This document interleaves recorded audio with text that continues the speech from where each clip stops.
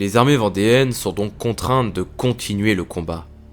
Le 2 janvier 1794, Charette envoie Joseph de la Robrie en Angleterre afin de demander de l'aide aux Britanniques.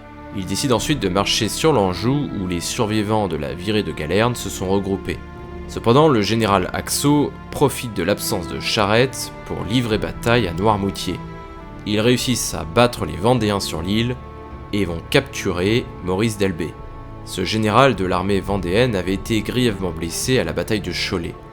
Maurice d'Elbée était tellement en mauvais état qu'il ne peut pas être fusillé sur ses deux jambes. Il sera donc exécuté sur un fauteuil.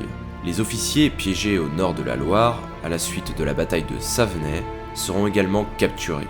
Guy-Joseph de Donissan est pris par les Républicains à Montrelais, alors qu'il cherchait à traverser la Loire.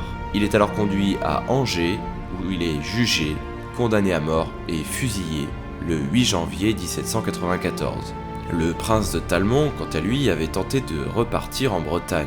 Il sera finalement capturé près de Fougères, puis exécuté le 27 janvier 1794. On fit subir à sa tête les pires horreurs. Elle fut notamment placée sur un chandelier, puis mise sur une pique et exposée devant toute la ville.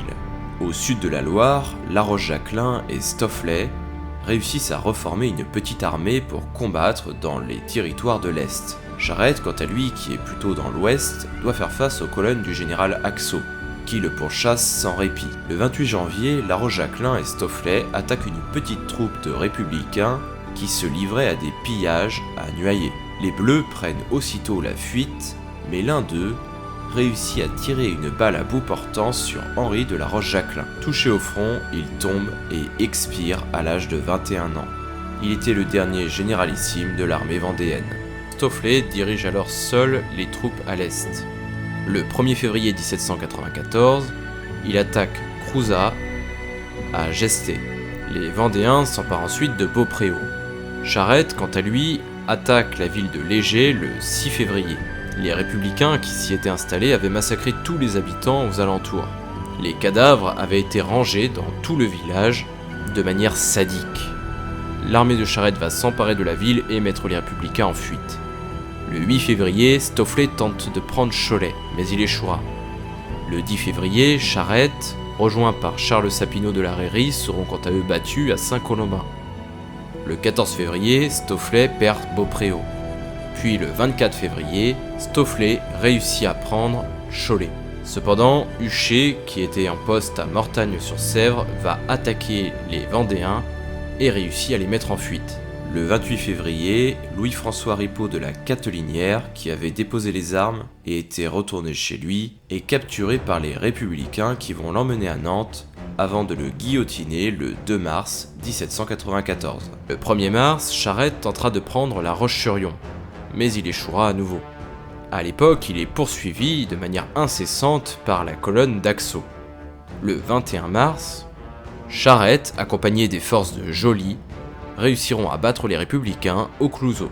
Haxo sera même tué durant la bataille. Stofflet, Charles Sapineau de la Rairie et Gaspard de Marigny marchent quant à eux sur Mortagne-sur-Sèvre le 25 mars et réussissent à prendre la ville. Le 7 avril, Charette tente de prendre Chaland mais échoue. Le 22 avril, tous les généraux vendéens décident de se réunir au château de la Boulaye à Châtillon-sur-Sèvre. Charette propose alors d'élire un nouveau généralissime pour remplacer Henri de La Roche-Jacquelin. Finalement, les autres généraux, Stofflet, Sapineau et Marigny, ne le souhaitent pas. Ils décident néanmoins de marcher ensemble sur Saint-Florent-le-Vieil. Sur la route, ils chasseront les troupes républicaines de Chaudron en Mauges, mais Marigny y arrivera une fois la bataille finie. Les généraux vont alors se disputer, et Marigny sera destitué. Furieux, ce dernier décide alors de quitter l'armée. Un conseil de guerre est alors tenu. 22 officiers, dont Charette et Stofflet, votent la mort de Marigny. Ce dernier sera capturé par les soldats de Stofflet et fusillé. Le 6 mai, les troupes vendéennes se réunissent à Léger. Le 6 juin, ils décident d'attaquer Chaland. Mais leur attaque est un échec. Les généraux vendéens vont définitivement se séparer. Le 13 mai, la Convention nationale va suspendre Turreau, qui quittera son poste le 17. Le 16 août, Thomas-Alexandre Dumas est nommé pour remplacer Turreau. Ce dernier dénoncera et tentera d'empêcher les massacres. Cela calmera légèrement l'insurrection. Le 27 juillet, Robespierre avait été arrêté puis exécuté. Son gouvernement révolutionnaire fut alors démantelé. Ces événements ne vont pas provoquer de changement immédiat en Vendée, mais la terreur prenant fin, les opérations militaires diminuent. Charette et Stofflet tenteront quelques escarmouches, mais les républicains abandonnent les campagnes et se retranchent dans des camps. Une trêve démarre. À Paris, entre le 29 et le 30 septembre 1794, Turgot, Carpentier, Huchet ou encore Jean-Baptiste Carrier devront répondre de leurs actes. Ils seront alors jugés devant le tribunal révolutionnaire où ils ont à répondre des noyades, des fusillades et des autres massacres. Carrier niera les avoir ordonnés et selon lui, il avait agi conformément aux ordres de la Convention. Il sera cependant condamné à mort et guillotiné le 16 décembre 1794. Les généraux, quant à eux, seront acquittés. La Convention votera une amnistie générale pour les faits proprement relatifs à la Révolution, à l'exception évidemment de ceux perpétrés par les contre-révolutionnaires, en clair, les Vendéens. Le 17 février 1795, le général Hoche va tenter des négociations avec les généraux vendéens. La négociation va aboutir à une conférence qui a lieu tout près de Nantes. Ils y rencontrent alors Charette. Un traité est alors signé qui accorde de nombreuses satisfactions aux insurgés. Ils se voient accorder une amnistie et le libre exercice de leur culte. Ils seront dispensés de service militaire tout en conservant leurs armes et leurs biens. Stofflet va dans un premier temps refuser ce traité et va continuer les combats. Néanmoins, il finira par le signer le 2 mai et déposera les armes. Pour Hoche, la Vendée était une bonne terre.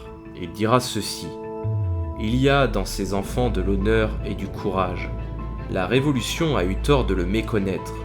Soyez assez juste pour revenir sur des erreurs que dans les premiers temps, on pouvait répandre en France, afin d'exciter l'enthousiasme.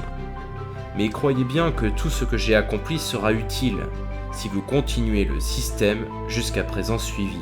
C'est un pays exceptionnel que la Vendée. Il faut donc la laisser se régir, avec des lois exceptionnelles, car une guerre pareille, renouvelée dans quelques années, perdrait le gouvernement. Hoche avait parfaitement conscience que la Vendée était une terre meurtrie, et il ne voyait qu'un seul moyen de régler ce problème, c'était la diplomatie. Continuer les massacres réalisés par Turgot ou Carrier n'aurait rien arrangé. La preuve en est, c'est lui qui réussit à pacifier le territoire. Cependant, quelques jours plus tard, le conflit sera réenclenché.